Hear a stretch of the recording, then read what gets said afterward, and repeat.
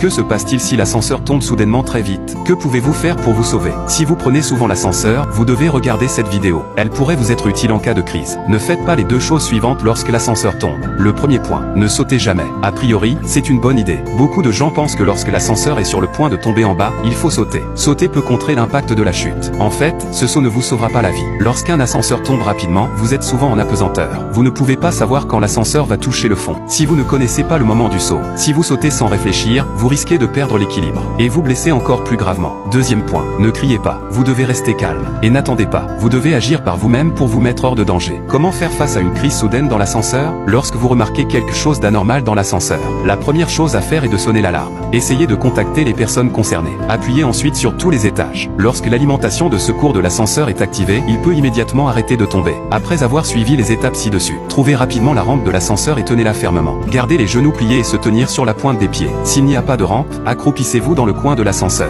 Appuyez-vous fermement sur l'ascenseur. Pliez vos jambes et calez vos orteils en même temps. Cette position à moitié accroupie peut servir de coussin. Pliez les genoux pour résister à la pression de l'impact. Voici une vidéo d'un véritable accident d'ascenseur. La jeune fille est entrée dans l'ascenseur et a appuyé sur le premier étage. L'ascenseur a chuté brusquement du 35e étage. Lorsque la jeune fille a remarqué que quelque chose n'allait pas, elle a immédiatement tiré la sonnette d'alarme.